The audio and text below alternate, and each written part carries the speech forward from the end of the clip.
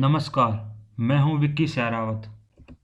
जो Chinese president है Xi Jinping, he is preparing for war. ये बात बोली है जो नेशनल सिक्योरिटी एडवाइज़र थे HR मैकमास्टर ट्रंप एडमिनिस्ट्रेशन में। उन्होंने बोला है कि जो चाइना है वो अपनी मिलिट्री को वॉर के लिए प्रिपेयर कर रहा है ताइवान पर हमला करने के लिए, क्योंकि जो चाइना जो ताइवान के रिलेशन हैं वो कॉन्टिन्यूसली टेंस बने हुए हैं। तो जो चाइना के प्रेसिडेंट हैं उन्होंने बोला है अपनी आर्मी को कि वो अपनी वॉर की प्रिपरेशन कर लें, क्योंकि जो चाइना है वो अनस्टेबल और अनसर्टेन है। जो सिक्योरिटी सिचुएशन अभी बनी हुई है ताइवान की वजह से, क्योंकि जो ताइवान है वो अपने आप को इंडिपेंडेंट ऑफ चाइना कंसिडर करता है, पर जो बीजिंग है जो चाइना है वो क्लेम करता है कि जो ये आइलैंड है ये इसका एसेंशियल पार्ट है और ये इसको कंट्रोल करना चाहता है।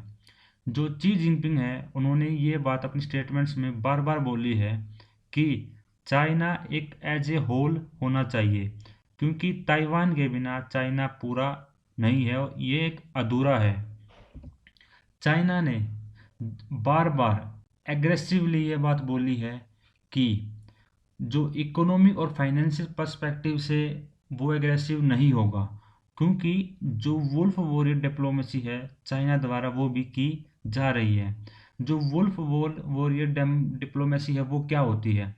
इस डिप्लोमेसी में जो ये इस तरीके से की जाती है कि इसमें जो चाइनीज़ जो गवर्नमेंट है या जो कम्युनिस्ट पार्टी है उसके खिलाफ अगर कुछ भी बोला जाएगा तो उसका क्रिटिसिज्म बिल्कुल भी बर्दाश्त नहीं किया जाएगा।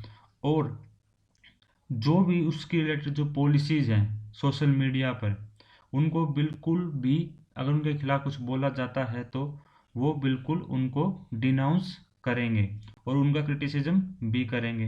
अगर कोई प्रोटेस्ट करता है तो उसके खिलाफ फिजिकल वायलेंस भी यूज़ की जा सकती है। तो चाइना ये बोलता है कि इकोनॉमिक और फाइनेंशियल पर्सपेक्टिव से भी हम इस चीज़ को काउंटर करेंगे और फिजिकली अपनी मिलिट्री के द्वारा भी हम इसको काउंटर करेंगे। तो जो चाइनीज़ प्रेसिडेंट है शी जिनपिंग वो अपने जो लोग हैं वहाँ के जो चाइनीज़ पीपल हैं उनको तैयार कर रहे हैं वॉर में अपनी स्टेटमेंट्स के द्वारा। जो चाइनीज़ प्रेसिडेंट है उन्होंने अपनी स्पीचेज में अभी अभी ये बातें कई बार बोली गई हैं, क्योंकि उनके जो स्टेटमेंट्स उनसे पता चलता है कि वो कितने हार्ड लाइन की तरफ बढ़ते जा रहे हैं।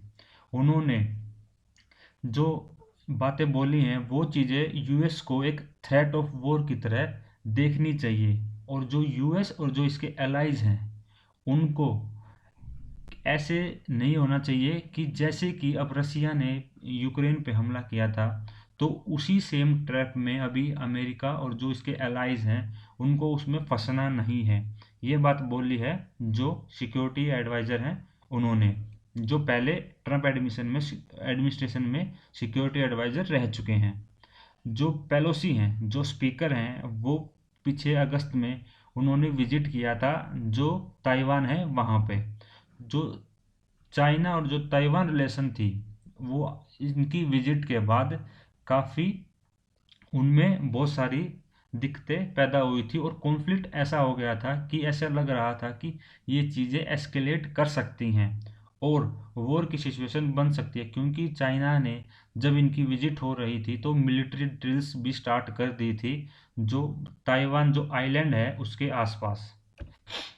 जो नैन्सी पेलोसी है इन्होंने ये वहाँ की स्पीकर है अमेरिका की, और जो चाइना है वो सिर्फ मिलिट्रीली प्रिपेयर नहीं कर रहा है, वो इकोनॉमिक तरीके से भी वॉर की प्रिपरेशन कर रहा है वेस्ट के साथ भी। जो मैकमेस्टर हैं इन्होंने बोला है कि अगर हमें ये मिलिट्री वॉर को ताइवान के ऊपर अगर प्रिवेंट करना है, अगर इसको रोकना है तो इसका एक ही सॉल्यूशन है डेटरेंस। डेटरेंस कैसे पैदा होगा? क्योंकि यूएस जो है वो स्पेंड करता है 1.6 ट्रिलियन डॉलर अपने डिफेंस पे, और जो कि अपनी इन्फ्लुएंस पैसिफिक रीजन में बढ़ा रहा है।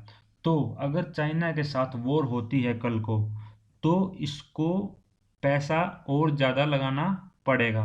तो ये बहुत ही कॉस्टली होने वाली है ये वॉर।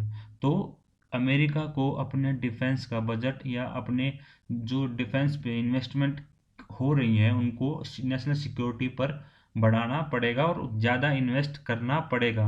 इन चीज़ों को देखते हुए जो Stockholm International Peace Research Institute SIPRI है, इसकी रिपोर्ट से पता चलता है कि जो टॉप 15 कंट्रीज हैं जिनका मिलिट्री एक्सपेंडिचर सबसे ज़्यादा है, उसमें सबसे रैंक पे आता है यूएस और सेकंड पे आता है चाइना और थर्ड पे है इंडिया। ये तीनों देश सबसे ज़्यादा अपने जो डिफेंस पे है उस पे एक्सपेंडिचर करते हैं।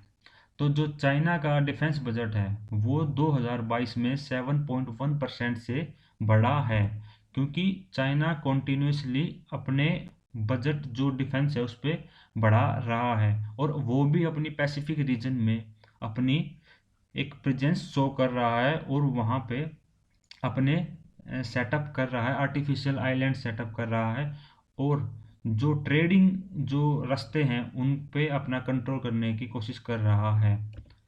थैंक यू फ्रेंड्स मेरी वीडियो को देखने के लिए और मुझे ऐसे ही सपोर्ट करते रहना। Thank you friends, thank you so much.